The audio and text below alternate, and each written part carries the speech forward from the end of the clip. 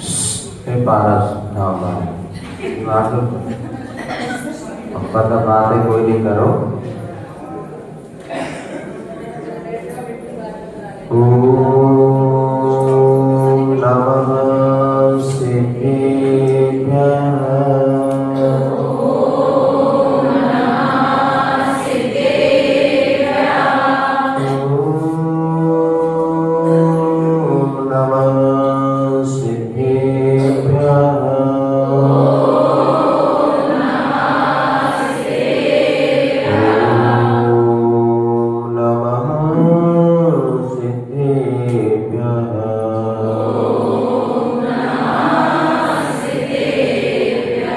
मंगलम भगवान वीरो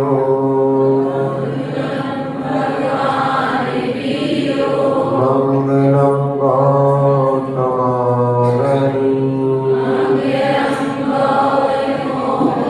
मंगलम कुंद कुंदाख्यो जैन धर्मोस्तु मंगलम सर्वमंगलमांगल्यं सर्वमंगलमांगल्यं सर्वकल्याणकारकं प्रधानं सर्वधर्माणां जैनं जयतु शासनं वन्दे विद्यासागरम्।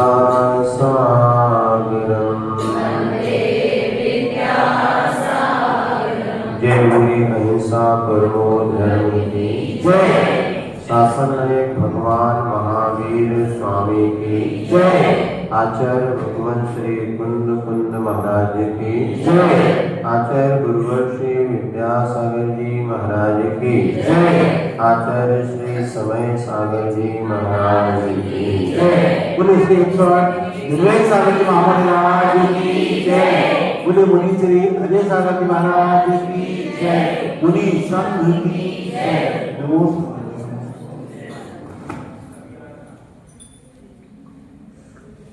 संसार का प्रत्येक प्राणी अपने जीवन को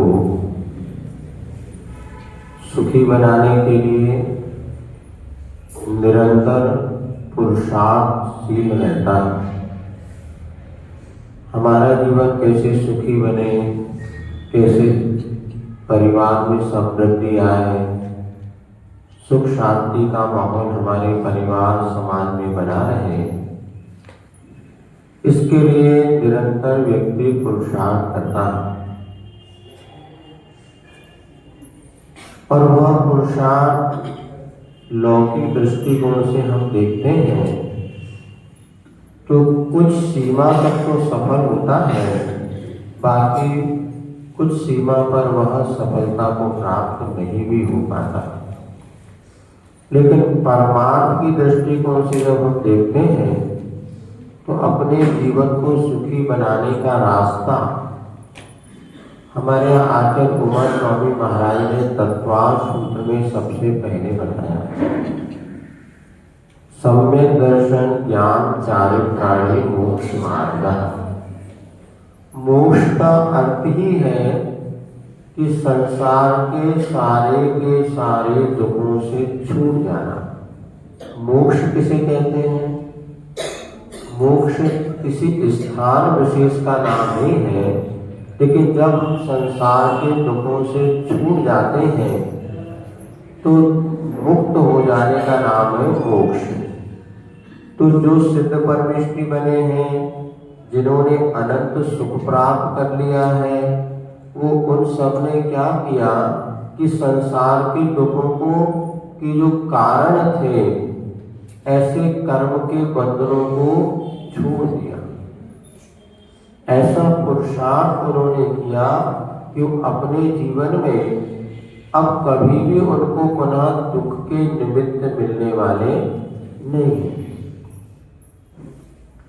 तो वहां पर जो सम्यक ज्ञान, सम्यक दर्शन, सम्यक ज्ञान, सम्यक चारित्र की चर्चा की, ये तीनों की एकता का नाम ही मोक्ष मार्ग है।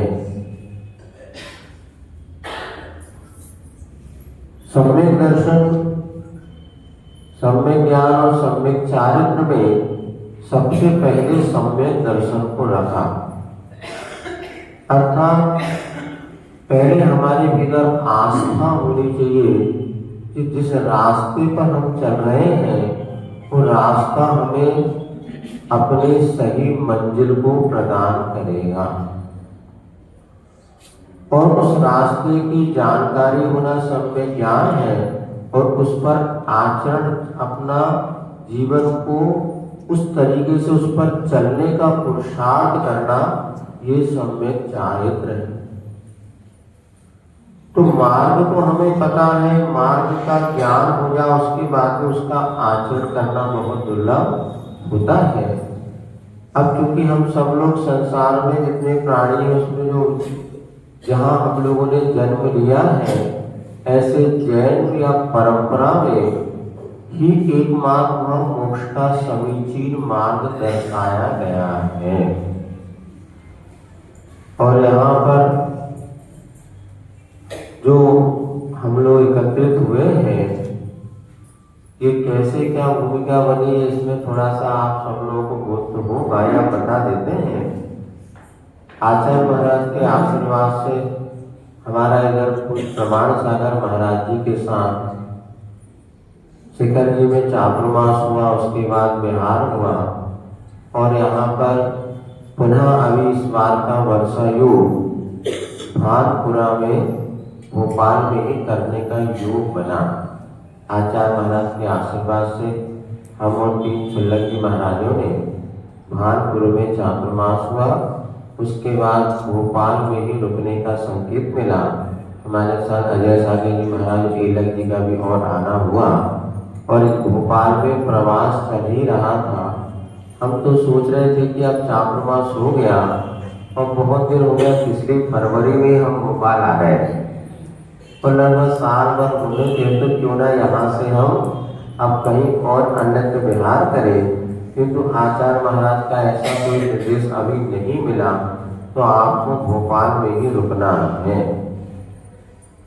अब चूंकि यहाँ पर अशोका गार्डन में आना हुआ, इसके बाद यहाँ पर जो इस तरह से उत्साह बना रहा, और लोगों की भावना पहले से भी थी कि पाठशाला संबंधी, क्योंकि सभी को ज्ञात है कि पूज्य निर्यापक प्रशांत सागर जी महाराज और हम लोग जो साथ में थे, और उस समय सर्वत्र पाठशालाओं की एक संयोजना बनती चली गई, और उस पाठशाला का ये प्रभाव की जगह जगह और इससे प्रेरणा पा करके समाजों में जो पाठशालाएं चल ही रही थी, और उनको कुछ नया रूप प्रदान करते हुए पाठशालाओं को नई दिशा और नई गति देने का उपक्रम पुनः सर्वत्र चलता रहा, और अन्य लोग भी इस पाठशाला के कार्यों में, अन्य साधु समूह का भी और अति संस्थानों का भी उत्साह बढ़ा, और वो सभी जगह अपने जहाँ जहाँ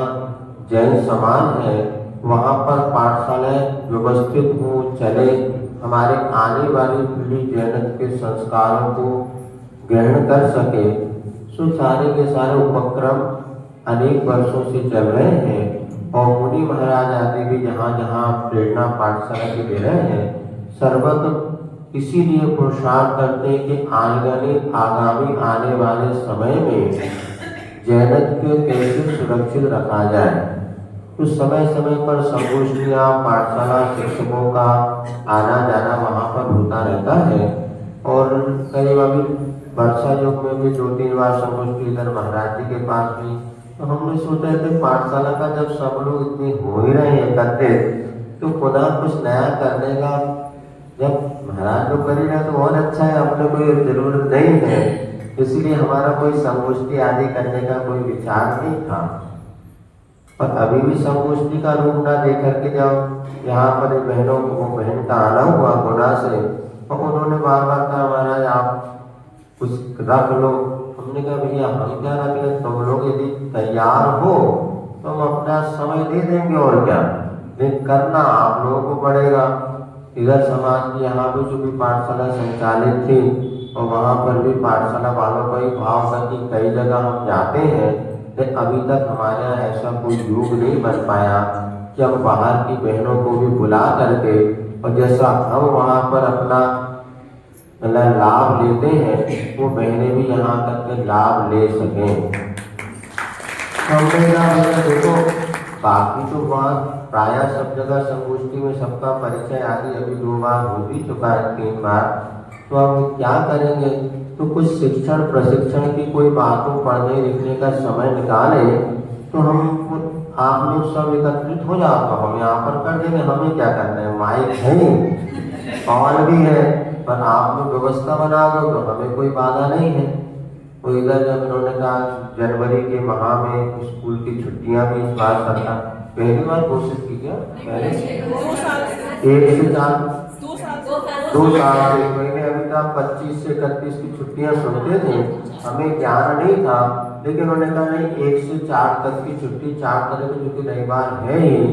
और फिर तो हमने कि आपको रखना तो अभी हम लोग का कोई बिहार का ऐसा निश्चित नहीं है, तो यहाँ पर आप लोग कोई संयोजना कर सकते हैं।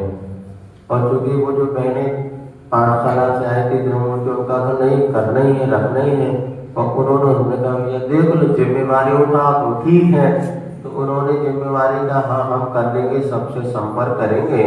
और जो कि संचालक महोदय जैसे बतला ही रहे थे, कुछ बहन ने कहा ठीक है हम संपर्क करते हैं। तो जो कुछ अब अच्छा हम लोगों का भी क्या हुआ, 3-4 साल से किसी से अपना पाठशाला संबंधी कोई व्यवहार नहीं हो पाया था, तो डायरी में जो पुराने नंबर है वह यही है, लेना तो ले जाओ, और फिर कितनी व्यवस्था क्या कर पाएंगे जो हमें जानकारी इतनी क्या कि हमने पहले जब बहुत 3-4 साल पहले किया उस समय कुछ थोड़े खट्टे मीठे अनुभव ऐसे रहे कि वैराग्य सा हो गया था हमें फिर भी हमने कहा ठीक है सबकी भावना है तो आप रख लो। और उन्होंने यहाँ पर ये अशोका गार्डन जैन समाज समिति पाठशाला आदि और लोगों ने गुना वालों ने मिलकर के अब ये आज 2, 3, 4 तो हमने कहा समय इसमें आप रख सकते हैं।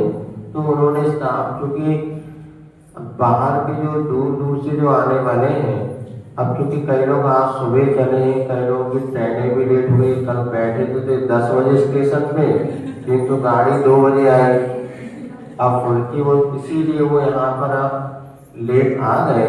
लेकिन अब और भी कुछ लोग हैं जो सुबह चलेंगे तो 10:30-11 बजे तक जो आ सकते हैं आ जाएंगे। पर हमने ये भी कहा कि पाठशाला शिक्षकों का सम्मान मात्र हमारा उद्देश्य नहीं है, लेकिन वो इन दिनों कुछ और सीख सके तो आगे अपन उनको कुछ समय दे सकते हैं। इसीलिए इसका नाम भी प्रशिक्षण शिक्षण शिविर रखा। अब क्योंकि समय तो 2 ही दिन का है, 2 दिन में भी आज का सुबह का सत्र परिस्थितियों के चलते हुए थोड़ा लेट हो गया और अभी सभी लोग आ भी नहीं पाए। आने की जो बहुत से सारे लोगों की सूचना है, और जो भी आएगी पुनः अपन दोपहर का सत्र यहाँ पर जो शुरू करेंगे उसमें विधिवत करेंगे। और यहाँ पर शिक्षण आपको मतलब लेना ही है, इस उद्देश्य को बना करके जो भी आएंगे उनको सुबह 7 बजे से लेकर के कल शाम को रात में 9 बजे तक यहीं रहना पड़ेगा। जो भी शिक्षक शिक्षिका बाहर वालों तो भागेंगे नहीं, लोकल वालों का भरोसा है नहीं, इसलिए बता रहे भोजन पानी भी यही है, क्योंकि भोजन करने घर गए तो मतलब और अच्छा पहले कई बार था हम लोकल का हम इसलिए नहीं रखना चाहते। लोकल में हमने देखा भोपाल में बहुत सी जगह बहनें बहुत समर्पित भाव से शिक्षिकाएं अपना पाठशाला आदि में अध्ययन कर रही, उपस्थिति भी होती है। लेकिन कई जगह ऐसा भी हमने देखा मात्र पाठशाला शिक्षिका नाम की शिक्षिका है और पाठशाला आदि में उनका कोई विशेष योगदान नहीं होता और चलती है लेकिन कहीं व्यवस्थित नहीं।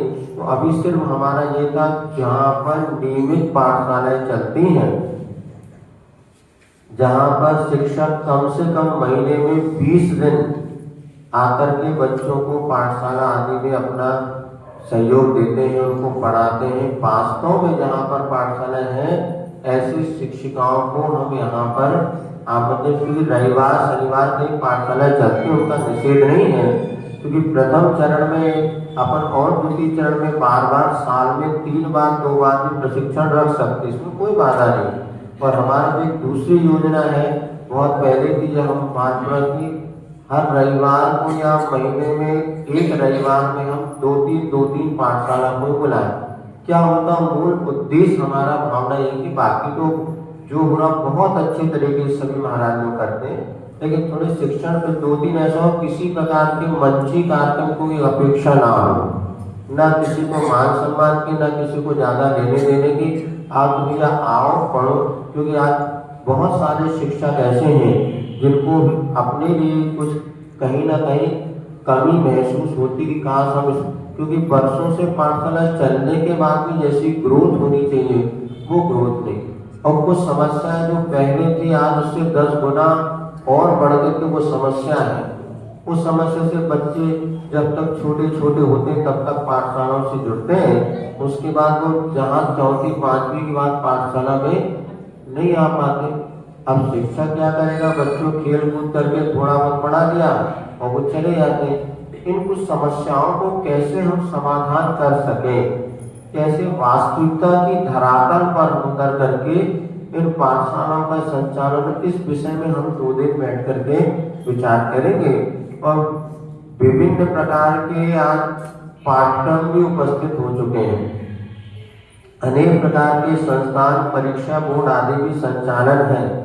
अब उन संचालन में कई लोग की कहाँ कैसा क्या करें, उस विषय में भी हमारी पाठशाला शिविर का कहीं कोई प्रयोजन नहीं।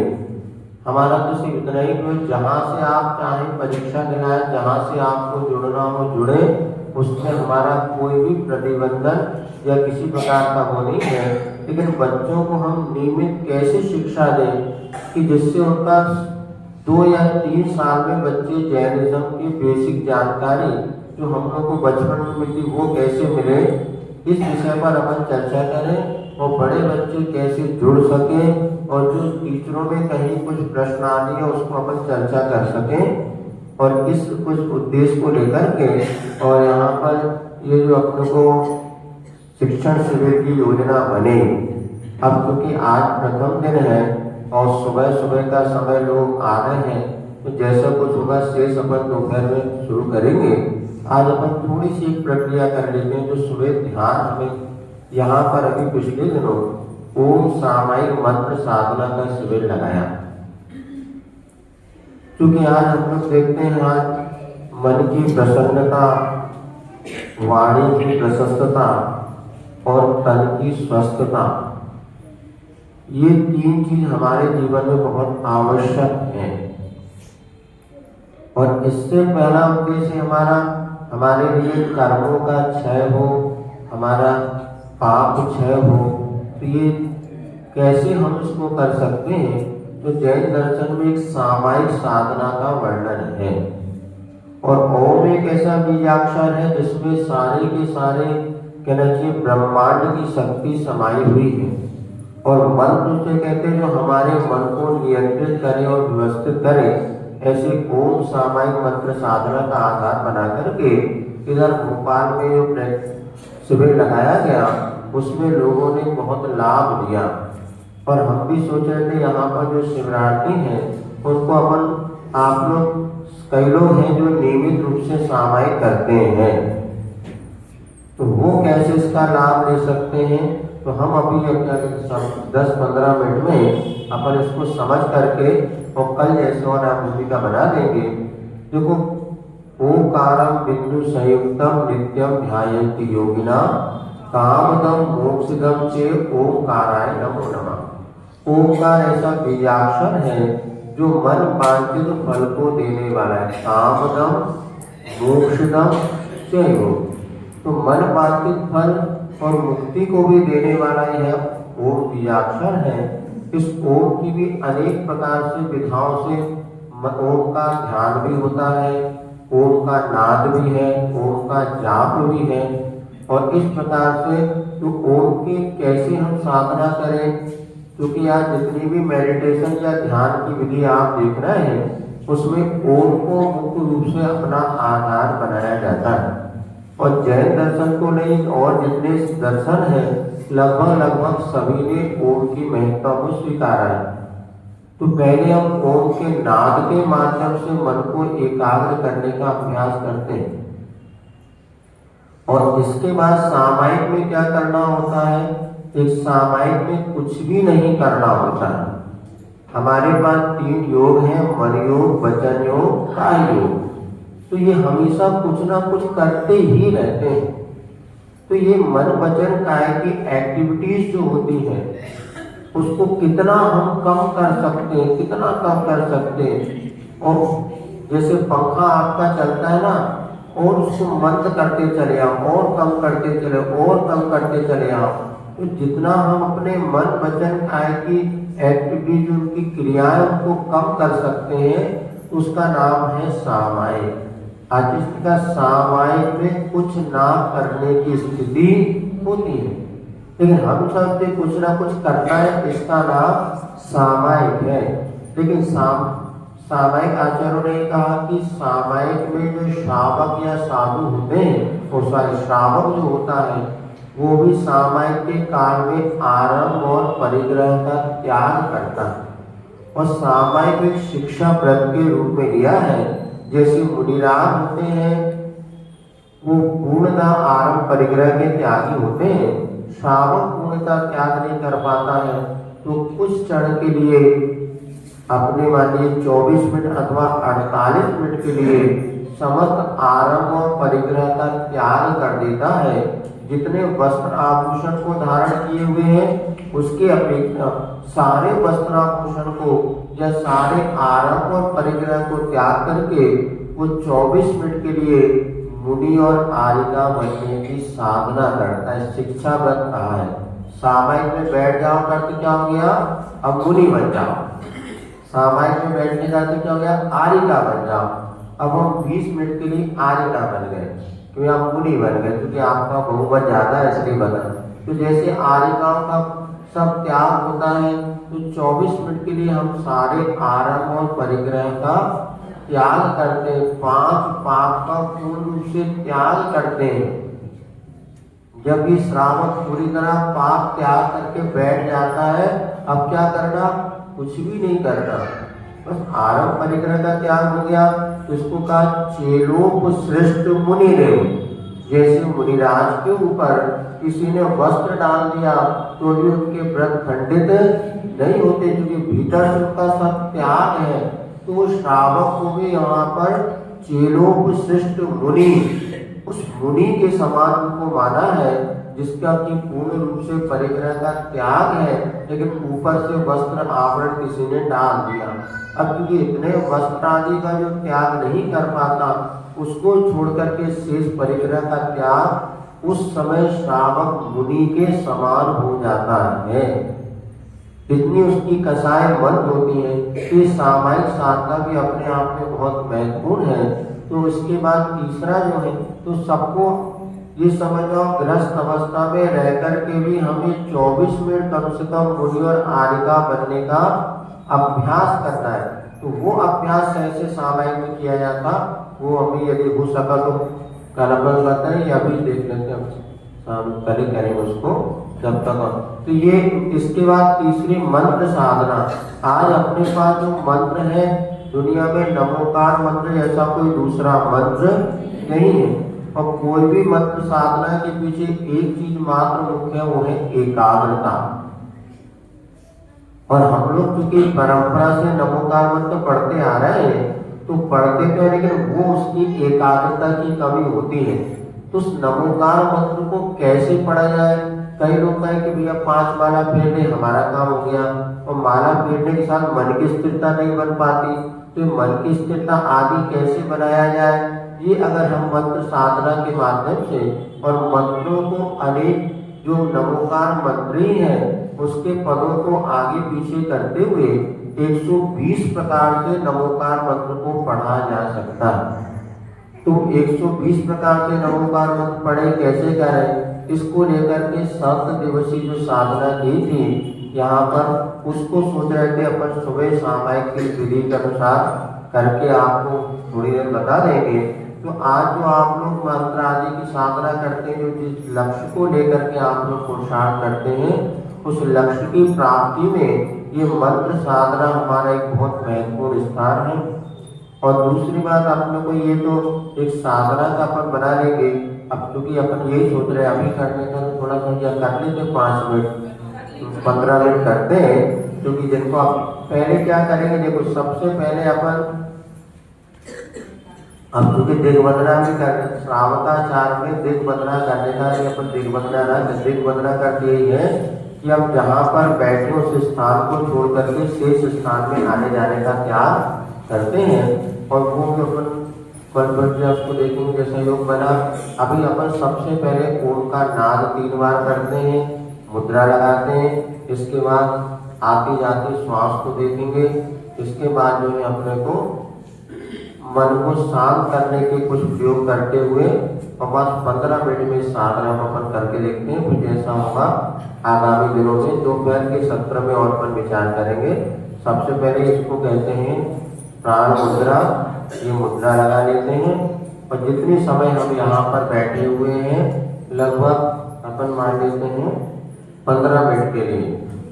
तो 15 दिग्बंधना करते हुए पहले आप लोग सब करते हैं चारों दिशाओं में पंचपरमेश्वरी नवदेवता का स्तवन करते हुए।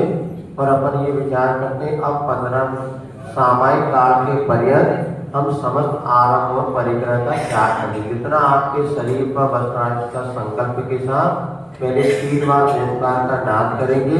फिर उसके बाद अपने को आती जाती श्वास को देखते हुए 15 मिनट में प्रक्रिया करके बोलते चलेंगे आप। चलिए सबसे पहले ये देखो, ये अपने दोनों इसको कहते हैं प्राण मुद्रा। वैसे आप में ये ज्ञान मुद्रा है, वायु मुद्रा है, लेकिन वात पित्त का तीनों शरीर में धातुएं जो होती हैं इस मुद्रा के माध्यम से शांत। अभी हम जब सामायिक की प्रक्रिया पढ़ते हैं तो उसमें अनेक प्रकार के गोष्ठ रूप बंधन आदि आते हैं ना, तो सब ये भी एक प्रकार का बंधन है। या ये हमारे लिए सामायिक काल में इस प्रकार की स्थिरता से रहेंगे। जाप अभी नहीं करना, ना सामायिक में नमोकार मत खेलना है, लेकिन सामायिक में अपने को मन की स्थिरता, कितना मन हमारा शांत हो सकता है ये करना है। इसमें आसन का भी बड़ा महत्व है। ना ज़्यादा गर्दन झुकी हो, ना एकदम ऊपर हो। 90 डिग्री के कमर भी एकदम झुकी ना हो, घोड़े बप्पा ऐसे, या कई लोग एकदम आजकल सहारा के लेकर बैठने की आदत होती ना, ऐसे सीधी अपन बैठ करके 10 मिनट की प्रक्रिया करते हैं। देखो चलिए सबसे पहले एक संकल्प। सामायिक अर्थ क्या हो गया, मैं मुनि बन रहा हूँ अथवा आरिका बन रहा हूँ, इतना ध्यान रखना। तो सामायिक ये शिक्षा व्रत है, इसमें काय की शिक्षा मिलती है, मुनि और आरिका में। ये बात है कोई आपसे सामायिक में क्या करना, तो मुझे आरिका बनना। तो 20 मिनट के लिए जितना समय हमारे पास होता बनते हैं। तो सबसे पहले जैसे अपन सामायिक में बैठे चारों तरफ बंदा करके बैठ गए। अब एक संकल्प के साथ, हे प्रभु मैं सामायिक पर्यंत के लिए 5 पापों का पूर्णतः त्याग करता हूँ। हे प्रभु मैं सामायिक पर्यंत के लिए शरीर पर धारण किए वस्त्र आभूषण को छोड़कर शेष समस्त परिग्रह का पूर्णतः त्याग करता हूँ।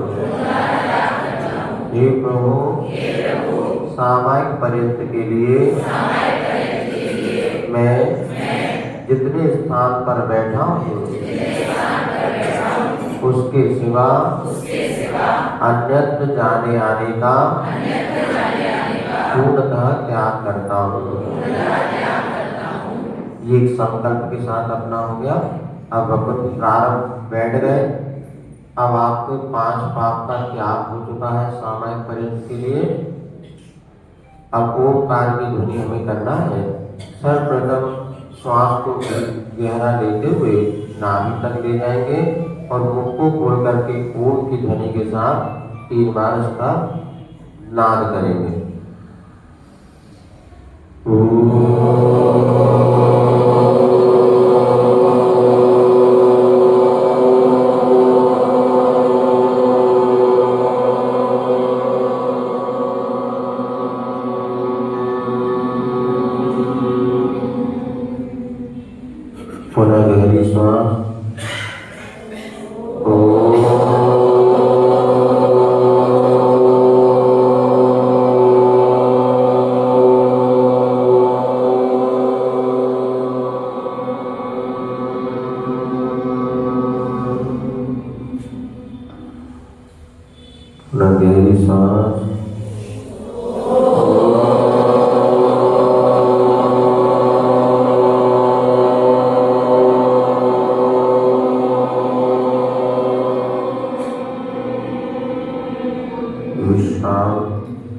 पूरा अपना ध्यान आती जाती श्वास की ओर देना है। विश्राम करें। अब आती जाती श्वास को हमें 9 बार तक गिनेंगे। श्वास लेंगे और छोड़ेंगे बिना कुछ बोले। 1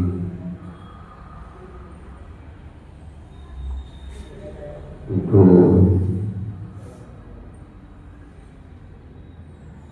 3 4 5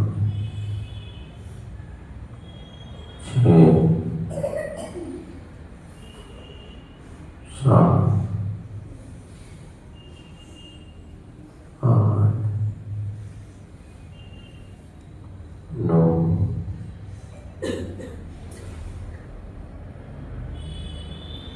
शांत भाव से आती जाती श्वास को देखना है। अब विचार ये करना है, सामायिक में मुझे मन वचन काय तीनों की चंचलता को कम करना है। मुझे अपने आप को शांत करना है। अपने अंतर मन को चेतना को आदेश देते हुए मुझे शांत रहना है। बोलिए मुझे शांत रहना है। मुझे शांत रहना है। मैं शांत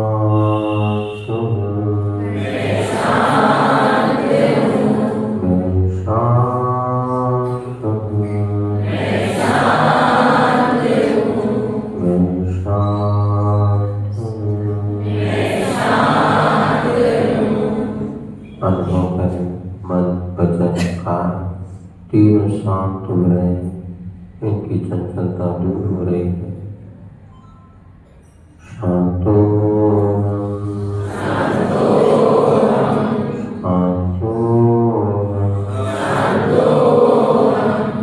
मुझे स्वस्थ रहना है। मुझे स्वस्थ रहना है। मुझे स्वस्थ रहना है। मुझे स्वस्थ रहना है। मैं स्वस्थ हूँ। मैं स्वस्थ हूँ। मैं स्वस्थ हूँ। मैं स्वस्थ हूँ। स्वस्थ हूँ।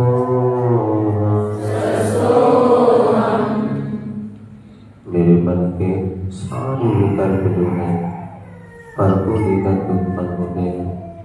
मन की चंचलता परिणामों की विकृति पर के माध्यम से होती है।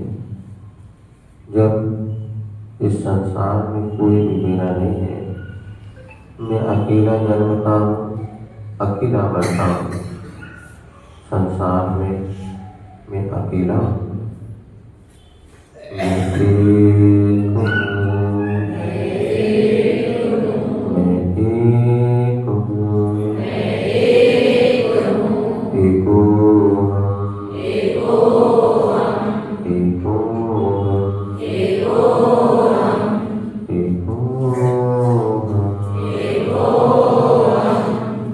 जहाँ देह अपनी नहीं,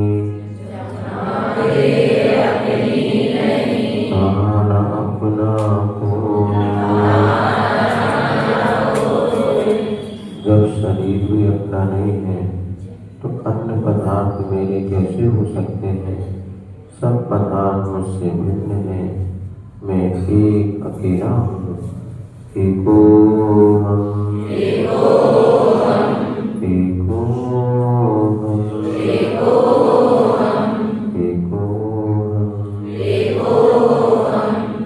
मैं शरीर स्वरूप नहीं हूँ, क्योंकि मैं शरीर से भिन्न शुद्ध आत्म स्वरूप हूँ, जिसे मुझे प्राप्त करना है।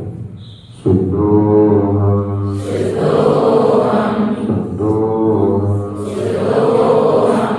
शुद्धोऽहम् मैं चैतन्य स्वरूप आत्मा हूँ। इस शरीर मुझसे प्रकट है जिन्होंने अपने शुद्ध आत्म स्वरूप को प्राप्त कर लिया है। ऐसे पंच परमेष्टि का स्मरण करना हो।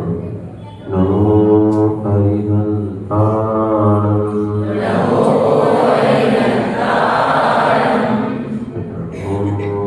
सिद्धाणं नमो आयर्याणं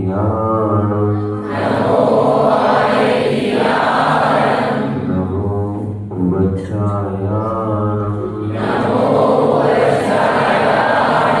नमो लोये सर्वसाहुणं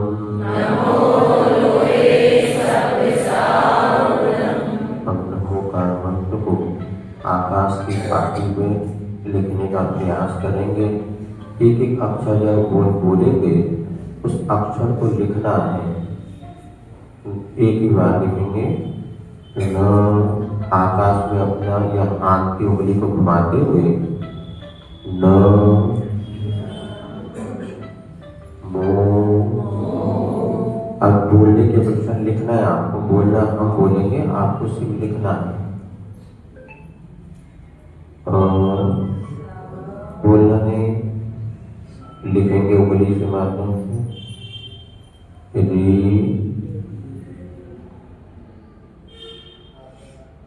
हन का रणम न मो से धा रम न मो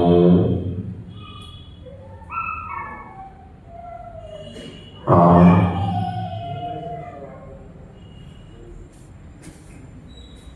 ई री या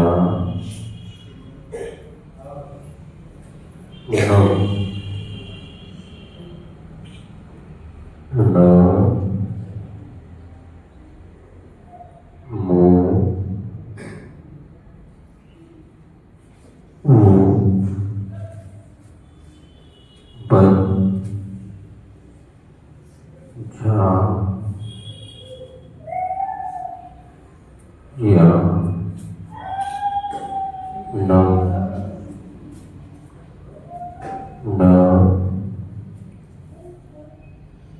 मो लू ए सब व सा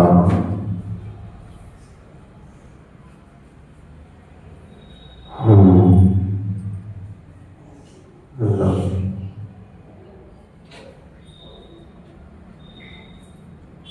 नमो लिखे हुए नमो का मंत्र देंगे। पुनः एक बार उच्चारण करेंगे। नमो हरिहंताणं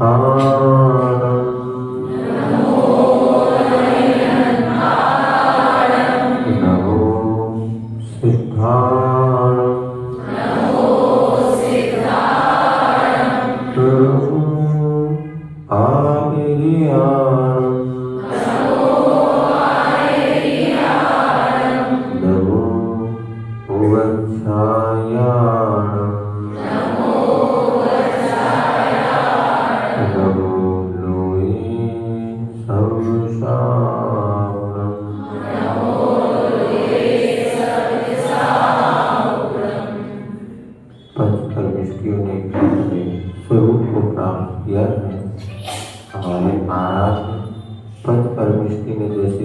इस स्वभाव को प्राप्त किया है।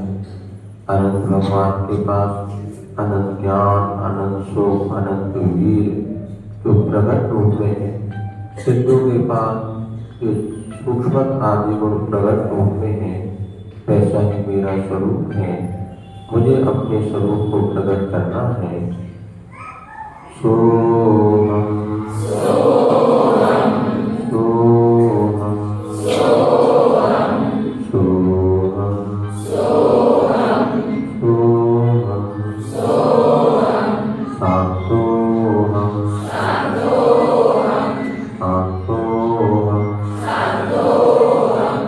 एकोहम एकोहम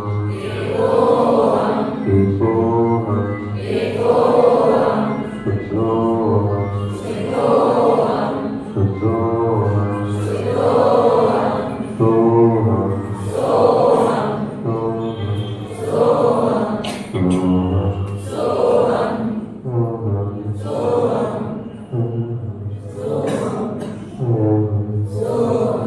पूरी तरह मन शांत, वचन वाणी प्रशस्त, शरीर शांत, उस शांति का अनुभव करें, निर्विकल्पता का अनुभव करें।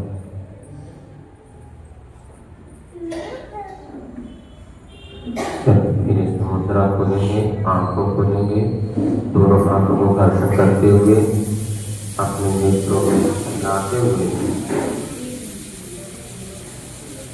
मैत्री भाव जगत में मेरा सब जीवों से एक रहे। दीन दुखी जीवों पर मेरे पूरे से